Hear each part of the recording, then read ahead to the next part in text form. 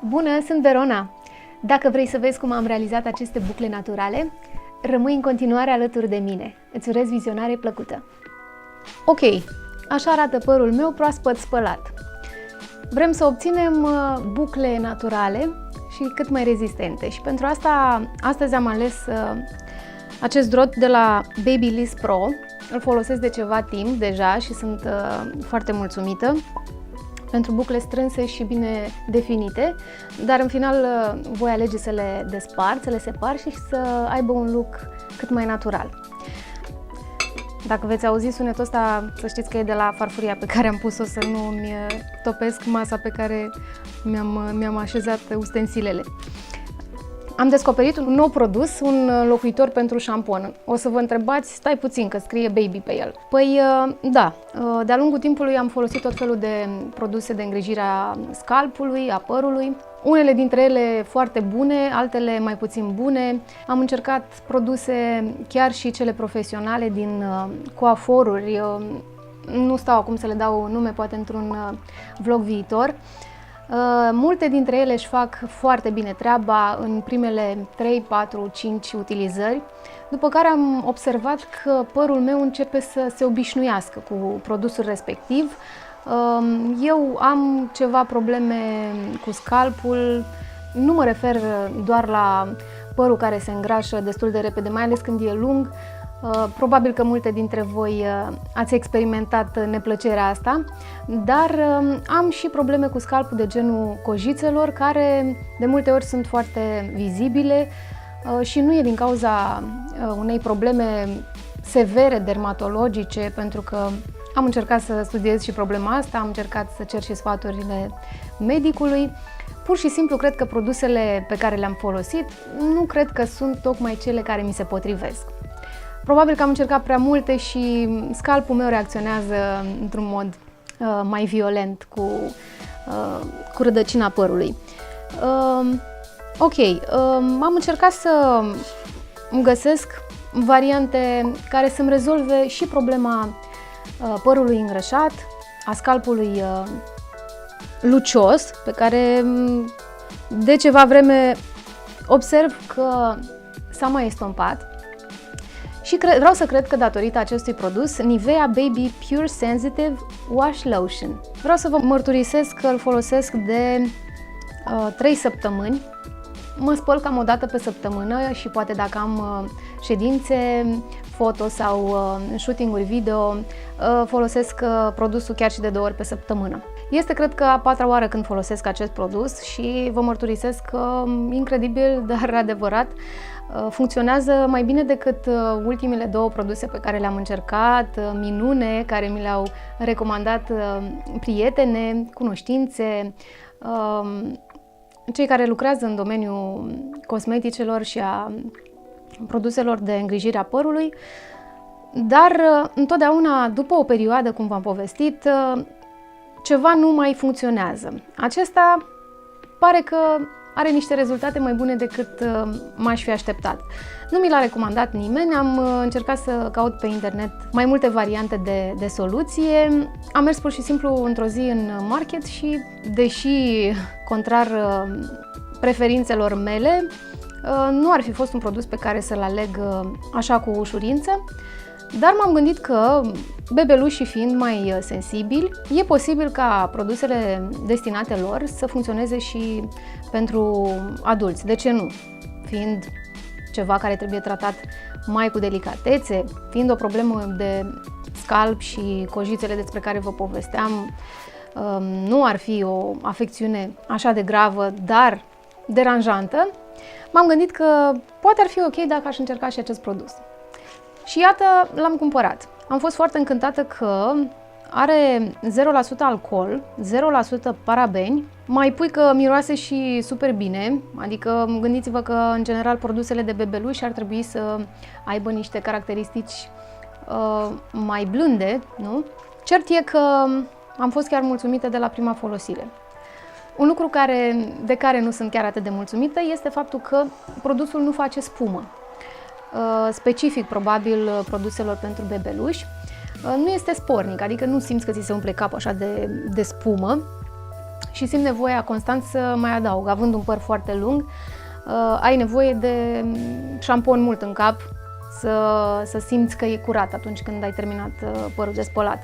Dar un plus este că acest recipient are pompița asta, îl pui pe cadă frumos și când ai apăsat nu trebuie să stai să mai iei bidonul în mână, nu știi pe unde ții dușul, e foarte, foarte practic. Nu doar apeși și pur și simplu, ca orice cremă cu pompiță, e practic.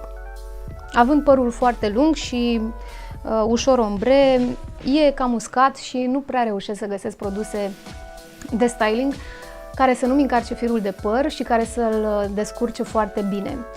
Nici acesta nu mă pot lăuda că are aceste proprietăți, dar faptul că curăță foarte bine scalpul, nu mai rămâne unsuroasă rădăcina părului și aparent acele cojițe inestetice și deranjante au dispărut foarte ușor, probabil că s-au potolit și că componența și compoziția chimică a produsului are ceva care mie îmi împriește.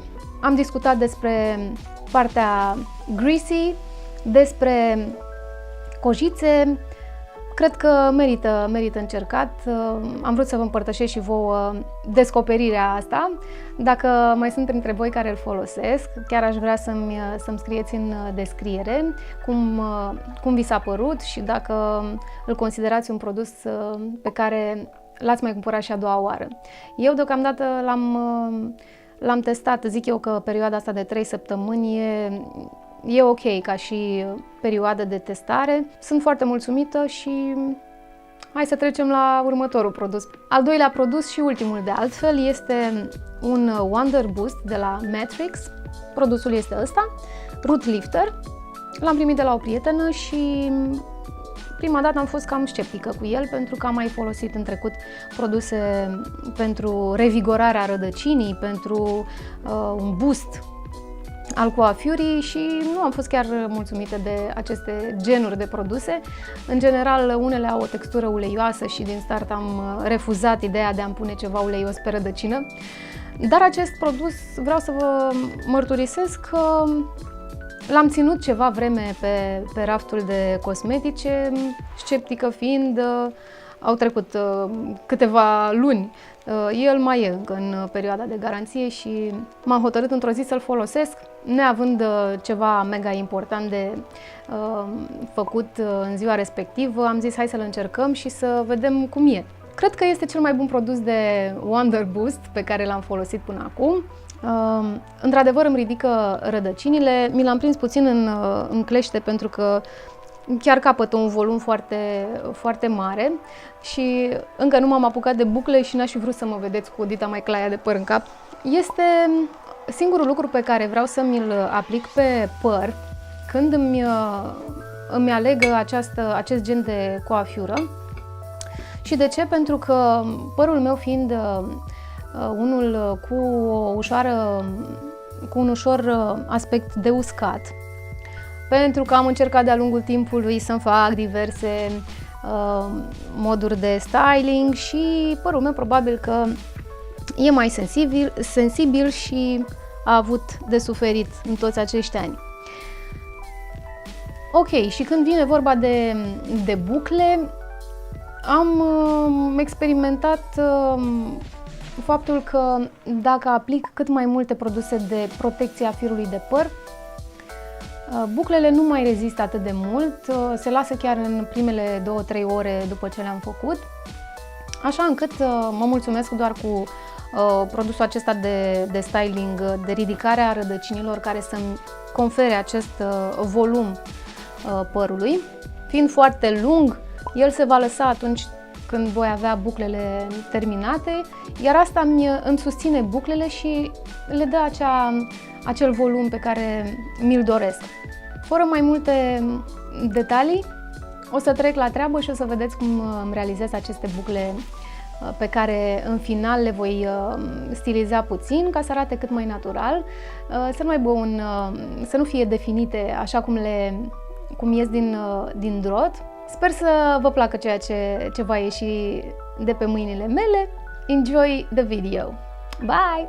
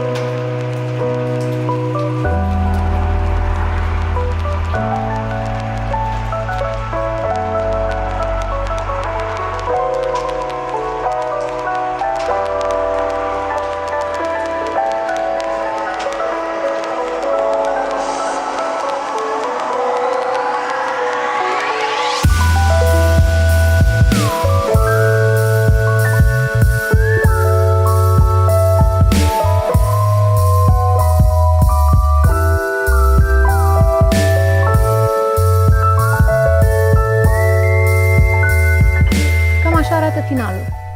Acestea sunt buclele mele, încă nu le-am desfăcut, pentru că m-am gândit mai bine și aș vrea să tapez puțin rădăcina.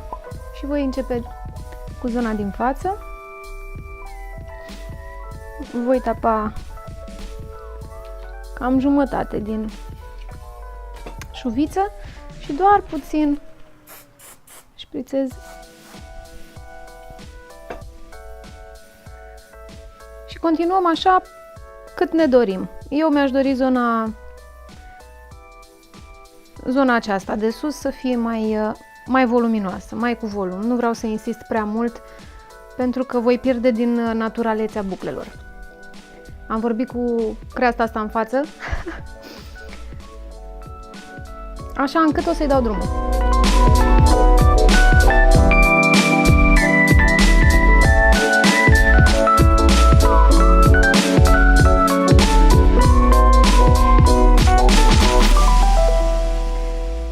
Ei, și așa arată după ce a fost tapat.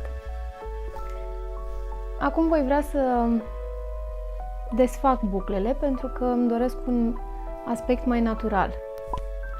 Și îmi voi trece degetele printre șuvițe până când sunt mulțumită de aspectul pe care îl capătă buclele.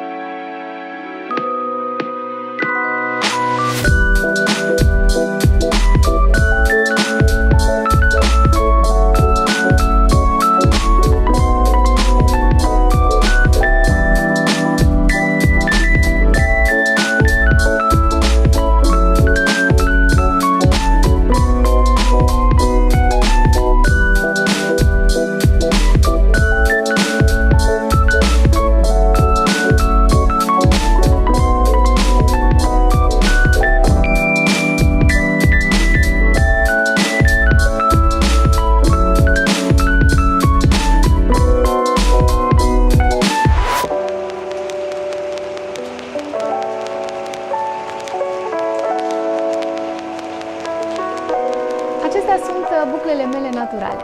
Așa arată rezultatul final.